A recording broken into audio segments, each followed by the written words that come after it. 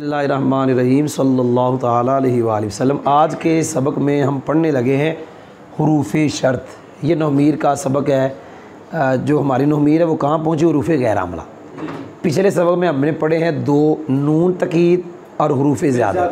आज के सबक में सिर्फ हमारा ये सबक होगा हुरूफ़ शर्त। ये गैर आमला की 12वीं किस्म है जिसका नाम है हुरूफ़ शर्त। याद रखें कुल हुरूफ़ शर्त 3 है, 2 ये है और 1 ये है। लेकिन यहाँ कितने बयान है? 2। वजह इसकी ये है कि ये आमिला है और ये 2 गैर आमिला है और हम पढ़ रहे हैं हुरूफ़े। तो गैर आमिला में हमने वही पढ़ने जो गैर आमिला। वो कितने हैं? 2। कौन कौन से? जी याद हो गया है। सबसे पहले मैं पढ़ने लगा हूँ अम्मा। अम्मा के 2 माने हैं जिनमें से एक माना है कि अम्मा तफसील के लिए आता है। अम्मा किसके लिए आता है? हाँ, इसके आगे 2 माने तफसील के लिए आने के 2 माने। वैसे अम्मा के 2 माने खुद। नंबर 1 तफसील, नंबर 2 इस्तिनाफ। नंबर 2 क्या है? कि लम्मा, ये क्या नाम है? अम्मा। ये कभी किसके लिए आता है? एक इसका माना है तफसील, दूसरा है इस्तिनाफ। ये जो खुतबों में आता है अम्मा बाद, ये किसके लिए है? इस्तिनाफ के लिए। किसके लिए है? और दूसरा जो अम्मा का माना है वो क्या है? तफसील। इसके साहब ने 2 माने लिखे हैं। नंबर 1 कलाम साबिक के इजमाल की वजाहत, कि एक कलाम होगा इससे पहले जहाँ अम्मा आया होगा, उस कलाम में इजमाल होगा, ये अम्मा उसकी करेगा वजाहत। जैसे कुरान पाक में है फ़मिनहुम शक़िय्युन व सईद, ये कलाम है। अब इस कलाम में एक इजमाल है। इसके अंदर अल्लाह ने बयान किया कि कुछ लोग वो हैं जो शकी हैं, बदबख्त हैं, और कुछ वो लोग हैं जो नेक बख्त हैं। लेकिन यहाँ बयान नहीं हुआ कि वो कौन है या उनका अंजाम क्या है। आगे तफसील है फ़अम्मल्लज़ीना शक़ू फ़फ़िन्नार व अम्मल्लज़ीना सुईदू फ़फ़िल जन्नह। ये है अम्मा तफसीलिया का पहला माना। अम्मा के 2 माने हैं, तफसील और इस्तिनाफ। खुतबों में जो आता है वो इस्तिनाफ, इसके अलावा जो आता है दरमियान में वो तफसील। तफसील के आगे 2 माने हैं। नंबर 1 कलाम साबिक के इजमाल की वजाहत, मैंने उसकी मिसाल दे दी। नंबर 2 तफसील का दूसरा माना लिखा है चंद चीज़ों का अलग अलग जिक्र करके उनका हुक्म बयान कर देना। यानी अब ऐसा नहीं होगा कि पहले इजमाल है उसकी आगे वजाहत, ऐसा नहीं। अब यह कि चंद चीज़ें उनको अलग अलग जिक्र करके उनका क्या बयान कर दिया जाए? हुक्म। जहाँ अम्मा तफसीलिया का पहला माना है, वहाँ जहाँ अम्मा आएगा उससे पहले एक कलाम होगा, उस कलाम में इजमाल होगा, अम्मा के ज़रिए उसकी वजाहत होगी। लेकिन अब जो अम्मा तफसीलिया का माना पढ़ रहा हूँ ये है कि चंद चीज़ों को अलग अलग बयान करके उनका हुक्म। इसकी मिसाल भी कुरान पाक से फ़अम्मल्लज़ीना आमनू, रहे वो जो ईमान वाले, ये ईमान वालों का जिक्र अलग हो गया। आगे हुक्म फ़यअलमून अन्नहुल हक़्क़ु मिर रब्बिहिम, ये हुक्म हो गया। आगे व अम्मल्लज़ीना काफ़रू, काफरों का अलग जिक्र हो गया। फ़यक़ूलून माज़ा अरादल्लाहु बिहाज़ा मसला, उनका जिक्र हुक्म अलग बयान कर दिया। ये अम्मा तफसीलिया का दूसरा माना है। याद रखें अम्मा चाहे तफसील के लिए हो चाहे इस्तिनाफ के लिए। तफसील के लिए तो कितने माने पढ़ाए? 2। चाहे इस्तिनाफ के लिए इसके आगे फ़ा थी, इसके आगे जिसको कहते हैं जवाब अम्मा या फ़ा जो जज़ाइया, असल में तो जज़ाइया ही है। फ़ा का माँ बाद वो मुब्तदा बनता है अगर शर्त वाला ज़र्फ़ ना हो। तो बहरहाल इसके आगे क्या आती है जी? फ़ा।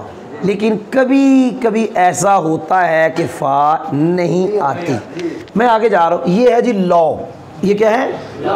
लौ 2 जुमलों पे दाखिल होता है। कितने जुमलों पे? 2। एक को कहते हैं शर्त, दूसरे को कहते हैं जज़ा। ये बताएगा कि दोनों ही नहीं है। क्या कहेगा? दोनों ही नहीं। ये नहीं, ये दलाल करता है ना शर्त पाई गई ना जज़ा पाई गई। जी याद हुआ? याद रखना सबक नवा है। ये लौ का इस्तेमाल 3 तरह का है। क्या कहा? 1, 2 और 3। ये जो पढ़ने लगा हूँ ये मशहूर है, जो आपको याद भी है वो ये है कि ये लौ बताएगा, दलाल करेगा कि दूसरा जुमला नहीं पाया जा रहा पहले के ना पाए जाने की वजह से, जिसको आप कहते होते हैं लो इंतिफाए सानी के लिए है बसबब इंतिफाए अव्वल के। उसका ये मतलब है, ये बताएगा जज़ा नहीं पाई जा रही क्योंकि शर्त नहीं पाई जा रही। इसकी मिसाल है लौ काना फ़ीहिमा आलिहतुन इल्लल्लाहु लफ़सदता।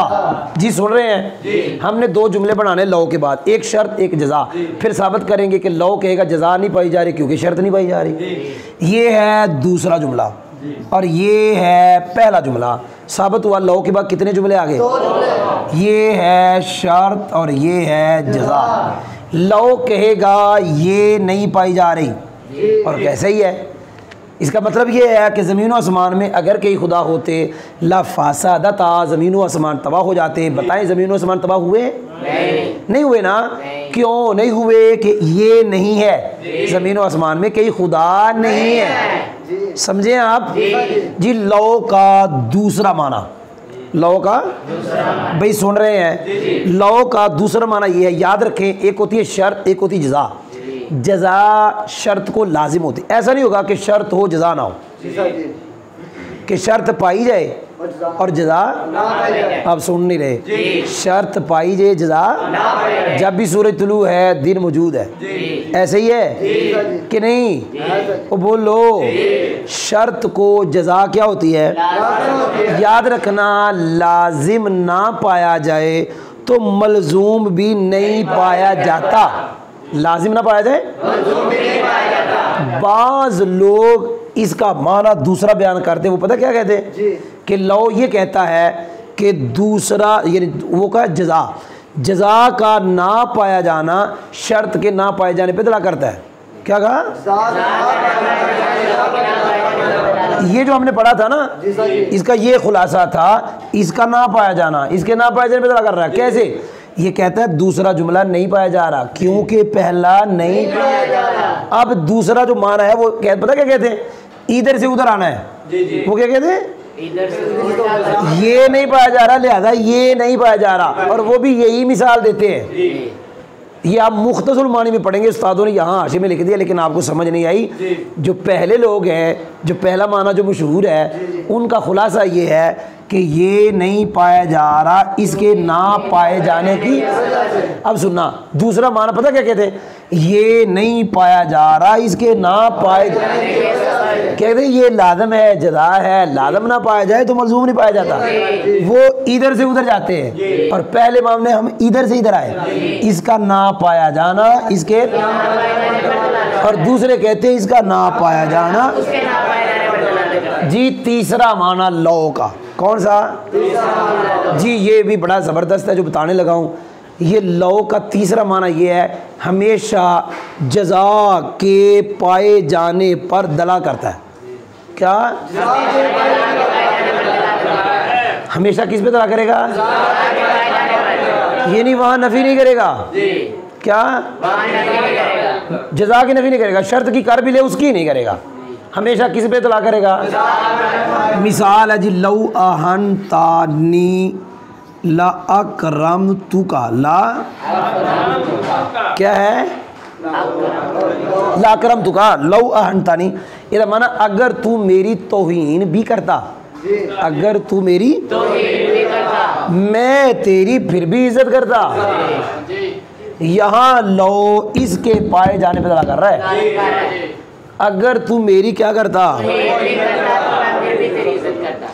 और मतलब इसका अगला सुनना, और अगर तू मेरी इज्जत करता तो मैं तेरी इज्जत बदरजा औला करता। सुना ही नहीं आपने? ये इसके पाए जाने पे तला कर रहा है, ला करम तू का, अगर तू मेरी तौहीन भी करता मैं तेरी फिर भी इज्जत करता। और इसका ये मतलब है अगर तू मेरी इज्जत करता तो मैं तेरी इज्जत बदरजा। भाई समझ आई? और इसमें सुना जरा, ये तीसरे माने में इशारा है, अगर ये शर्त, क्या ऐसा होता है कि जब ये हो और आगे ये होता है, ऐसा होता है? ये नहीं, ये वाली शर्त ये इसके मुनाफी है। आम तौर पे ऐसा नहीं होता कि कोई बंदा तुम्हारी तौहीन करे तो तुसी आगे से इज्जत करो। अगर इस तीसरे माने में इशारा है, अगरचे ये शर्त जजा के मुनाफी है। क्या? फिर भी क्या? शर्त के पाए जाने की सूरत में जजा पाई जा रही है, अगरचे ये इसके मुनाफी है। भाई ये मुआशरे में ऐसा होता है कि बंदा आपकी तौहीन करे, आप इज्जत करे, अगरचे ये इसके क्या है, लेकिन फिर भी इसके पाए जाने की सूरत में जजा याद हो है। अगला सुनना, अगर शर्त की जिद पाई जाए, क्या कहा? इसकी जिद क्या है? तू मेरी इज्जत करे, अब ये बदरजा औला, ये क्या पाया जाएगा? मैं फिर कह रहा हूं, इसमें इशारा है तीसरे माने में, अगरचे ये इसके क्या है, फिर भी ये पाया जाए तो ये, और अगर इसकी जिद पाई जाए तो ये बदरजा। अब समझाता हूँ, एक लफ्ज होता है नकीज़े, क्या लफ्ज है? नकीज़े शर्त। क्या लिखा? औला बिल जजा। क्या लिखा है? औला बिल जजा। ये जो लौ का तीसरा माना पड़ा कि ये क्या करता है, जजा को साबित करता है, जजा को साबित करता है। इसमें नकीज़े शर्त औला बिल जजा, इसका मतलब की है इस शर्त की जो नकीज़ है वो क्या है, अगर तू मेरी क्या करेगा, उसके लिए जजा बदरजा औला। कोई नहीं समझ आएगी, उसके लिए जजा। भाई एक बात रहती है, एक बड़ी मिसाल है, शाशी में इसकी मिसाल आपको समझ आएगी। वहाँ पे लिखा हुआ है लऊ साबातल हिल्लू, क्या लिखा हुआ है? बितरकीहा,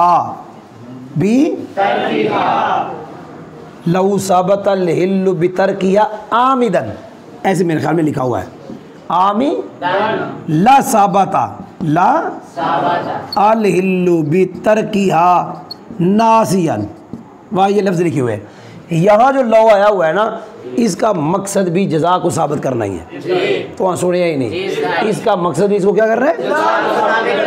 और एक हदीस पाक से मिसाल है, लंबा हो जाएगा सबक, सुन लेना। लऊ क्या? लम युहिब्बिल्लाह, क्या कहा? लम यासिही, इससे पहले नेमल अब्दु सुहैबुन, इसका तर्जुमा सुहैब कितना अच्छा बंदा है। सुनना भाईजान, लऊ लम युहिब्बिल्लाह, जरा तवज्जो ना सुनना, ये लौ आया, अगर ये इसकी नफी करता, आप सुन ही नहीं रहे, अगर ये इसकी नफी करता, आपको पता क्या तर्जुमा बनना था?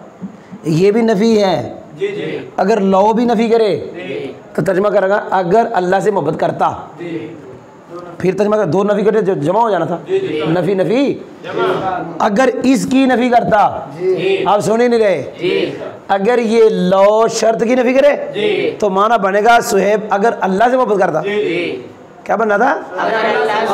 और आगे भी नफी है, ये जजा है, अगर इसकी भी नफी करे, इसकी भी नफी, इसकी नफी, ये भी मुस्बत हो जाएगा।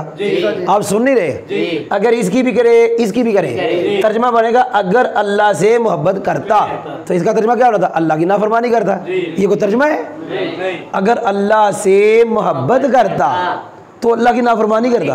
सुने नहीं, ये लौ आया, लौ किसके लिए? पहला माना नफी के लिए, अगर इसकी भी नफी करे, इसकी भी नफी करे, ये तो पहले नफी, ये पहले नफी, ये दोनों क्या हो जाएगा? मुस्बत। तर्जुमा बनेगा अगर वो अल्लाह से मोहब्बत करता, क्या तर्जुमा होगा? तो अल्लाह की नाफरमानी। ये क्या कह रहे हैं आप? आई यहाँ लौ इसको साबित कर रहा है, इसकी नफी नहीं कर रहा, इसको वैसे रखेगा जैसा है। अगर वो अल्लाह से मोहब्बत नहीं भी करता, अल्लाह से मोहब्बत ना भी करता, अल्लाह से तो बोलो अल्लाह से, तो भी अल्लाह की नाफरमानी ना करता, तो भी अल्लाह की नाफरमानी। अगला सुनना, अब इसकी नकीज क्या है? अगर अल्लाह से मोहब्बत ना करता, नकीज क्या है? ना करता दी नकीज क्या है? करता। अब ये बदरजा औला है, अगर अल्लाह से मोहब्बत ना करता तो नाफरमानी ना करता, और अगर अल्लाह से मोहब्बत करता तो फिर अल्लाह की नाफरमानी बदरजा औला ना करता। अल्हम्दुलिल्लाह हमने अम्मा और लौ के बारे में इसके आज के सबक में हमने पढ़ लिया जी।